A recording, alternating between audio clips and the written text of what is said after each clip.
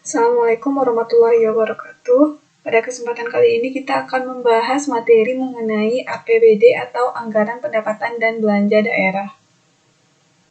Setiap daerah di Indonesia, baik tingkat 1, yaitu daerah provinsi atau daerah tingkat 2, daerah kota dan kabupaten harus menyusun APBD atau Anggaran Pendapatan dan Belanja Daerah.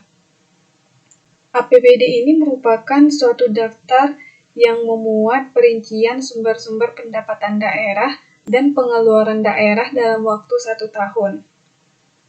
Atau menurut Undang-Undang Nomor 32 Tahun 2003, yang dimaksud dengan APBD adalah Rencana Keuangan Tahunan Pemerintah Daerah yang dibahas dan disetujui bersama oleh pemerintah daerah dan Dewan Perwakilan Rakyat Daerah atau DPRD dan ditetapkan dengan peraturan daerah atau Perda.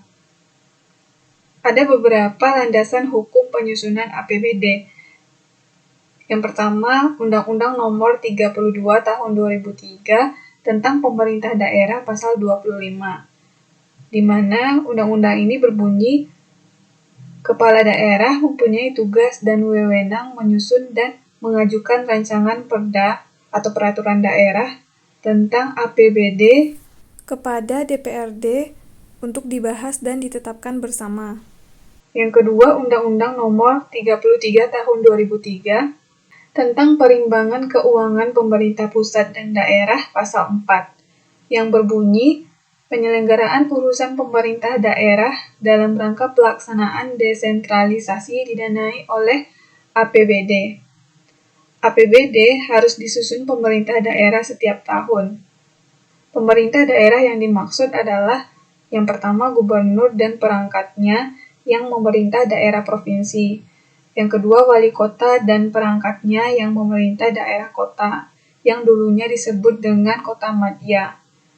Yang ketiga bupati dan perangkatnya yang memerintah daerah kabupaten. Landasan hukum ketiga adalah Keputusan Menteri Dalam Negeri Nomor 29 Tahun 2002 tentang Pedoman Pengurusan Pertanggungjawaban Keuangan Daerah serta tata cara pengawasan, penyusunan, dan perhitungan APBD. Tujuan dari APBD ini yaitu APBD disusun sebagai pedoman pendapatan dan belanja dalam melaksanakan kegiatan pemerintah daerah. Dengan adanya APBD, pemerintah daerah sudah memiliki gambaran yang jelas tentang apa saja yang akan diterima sebagai pendapatan dan pengeluaran apa saja yang harus dikeluarkan selama 1 tahun. Dengan adanya APBD sebagai pedoman, maka kesalahan, kemudian pemborosan dan penyelewengan yang merugikan daerah dapat dihindari. Selanjutnya, fungsi APBD. Berdasarkan Undang-Undang Nomor 33 Tahun 2003 Pasal 66, yang pertama adalah fungsi otoritas, yaitu APBD menjadi dasar bagi pemerintah daerah untuk melaksanakan pendapatan dan belanja pada tahun yang bersangkutan. Yang kedua, fungsi perencanaan. APBD menjadi pedoman bagi pemerintah daerah untuk merencanakan kegiatan pada tahun yang bersangkutan. Yang ketiga, fungsi pengawasan, yaitu APBD menjadi pedoman untuk menilai atau mengawasi apakah kegiatan penyelenggaraan pemerintah daerah sudah sesuai dengan ketentuan yang telah ditetapkan. Yang keempat, fungsi alokasi, yaitu APBD dalam pembagiannya harus diarahkan dengan tujuan untuk mengurangi pengangguran, pemborosan sumber daya, serta meningkatkan efisiensi dan efektivitas perekonomian.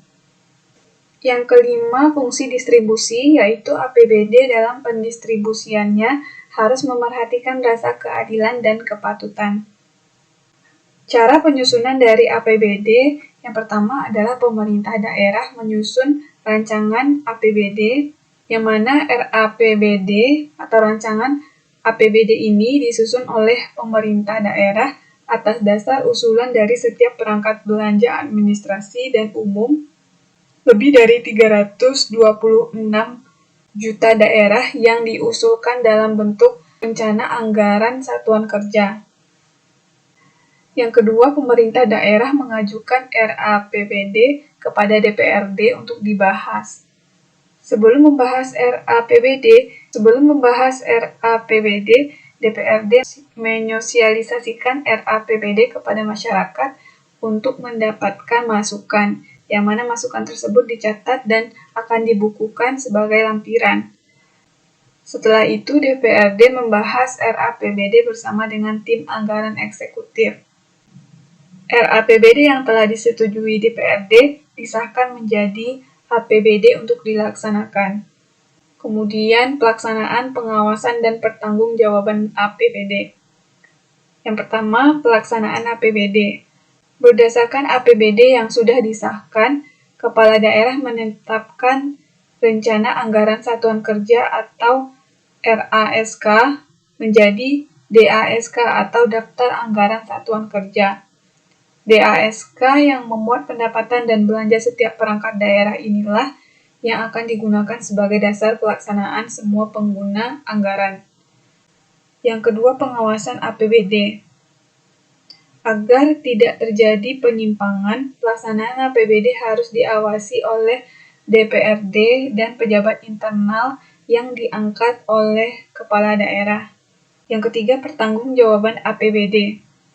Ada dua macam laporan pertanggungjawaban APBD yang dilakukan kepala daerah, yaitu laporan pelaksanaan APBD triwulan yang disampaikan setiap 3 bulan sekali, dan laporan pelaksanaan APBD tahunan yang disampaikan setiap akhir tahun. Sumber-sumber pendapatan daerah. Yang pertama, pendapatan asli daerah atau PAD. Merupakan pendapatan asli yang diperoleh dari daerah tersebut, meliputi pajak daerah, retribusi daerah, hasil pengolahan kekayaan daerah yang dipisahkan, dan lain-lain PAD yang sah seperti pendapatan bunga, jasa giro, komisi, dan potongan. Yang kedua, dana perimbangan, yaitu pendapatan yang diperoleh daerah dari APBN atau anggaran pendapatan dan belanja negara yang meliputi dana bagi hasil, yaitu dana yang bersumber dari pendapatan APBN yang dialokasikan kepada daerah berdasarkan angka persentase tertentu dari pajak dan sumber daya alam untuk mendanai kebutuhan daerah. Yang kedua, dana alokasi umum, merupakan dana yang bersumber dari pendapatan APBN yang dialokasikan kepada daerah dengan tujuan pemerataan kemampuan keuangan antar daerah. Yang ketiga, dana alokasi khusus, yaitu dana yang bersumber dari pendapatan APBN yang dialokasikan kepada daerah tertentu dengan tujuan untuk mendanai kegiatan khusus daerah yang sesuai dengan prioritas nasional. Yang ketiga, lain-lain pendapatan yang terdiri dari hibah, yaitu bantuan yang tidak mengikat dari pihak lain, dana darurat, yaitu dana dari APBN yang diberikan kepada daerah untuk keperluan mendesak seperti bencana alam atau peristiwa luar biasa lainnya. Selanjutnya, jenis-jenis pembelanjaan daerah. Yang pertama adalah belanja aparatur daerah yang meliputi belanja administrasi umum, belanja operasi dan pemeliharaan, dan belanja modal. Yang kedua, belanja pelayanan publik yang meliputi belanja administrasi umum, belanja operasi dan pemeliharaan, dan belanja modal. Yang ketiga, belanja bagi hasil dan bantuan keuangan, dan yang keempat, belanja tidak tersangka. Selanjutnya, format penyusunan APBD. Penyusunan format APBD sama dengan penyusunan format APBN yang baru, yaitu tahun 2000 sampai dengan sekarang, yang memisahkan dengan tegas unsur-unsur pendapatan daerah, belanja daerah, surplus dan atau defisit, dan pembiayaan. Selanjutnya, dampak APBD terhadap perekonomian. Yang pertama, APBD mampu memberikan pedoman bagi kegiatan pembangunan ekonomi di daerah. Pemerintah daerah memiliki pedoman yang jelas dalam melaksanakan pembangunan ekonomi, sehingga semua kegiatan dapat terarah dan perekonomian daerah diharapkan bisa meningkat. Yang kedua, APBD dapat digunakan sebagai alat perbaikan perekonomian. Jika daerah mengalami gejala ekonomi yang buruk, misalnya mengalami ekonomi biaya tinggi, APBD dapat digunakan sebagai alat untuk memperbaiki perekonomian. Caranya adalah pada penyusunan APBD tahun berikutnya, pemerintah daerah harus mengurangi atau bahkan menghapus beberapa pungutan yang memberatkan. Yang ketiga, APBD dapat mempengaruhi perubahan harga di daerah. Misalnya, dalam rangka meningkatkan PAD, pemerintah daerah menaikkan tarif beberapa pungutan, seperti tarif pendaftaran rumah sakit, tarif pengujian kendaraan bermotor, pajak hotel, pajak hiburan, dan pajak sarang burung walet. Semua kenaikan tarif tersebut tentu akan berpengaruh terhadap harga barang dan jasa. Namun, jangan sampai kenaikan-kenaikan tersebut menimbulkan ekonomi biaya tinggi.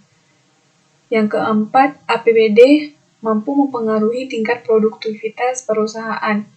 Apabila pemerintah daerah menetapkan peraturan yang menghambat lalu lintas barang dan jasa antar daerah, hal itu akan mempengaruhi produktivitas perusahaan-perusahaan tertentu seperti perusahaan yang menjual produknya ke daerah lain atau perusahaan yang mendatangkan bahan bakunya dari daerah lain.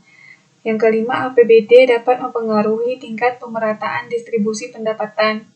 Misalnya, di Garut kita mengenal adanya sarang burung walet yang tentunya membuat kaya para pemiliknya. Agar kekayaan mereka tidak bertumpuk dan menimbulkan kecemburuan sosial, serta menciptakan ketimpangan distribusi pendapatan, maka pada APBD dianggarkan pajak sarang burung walet.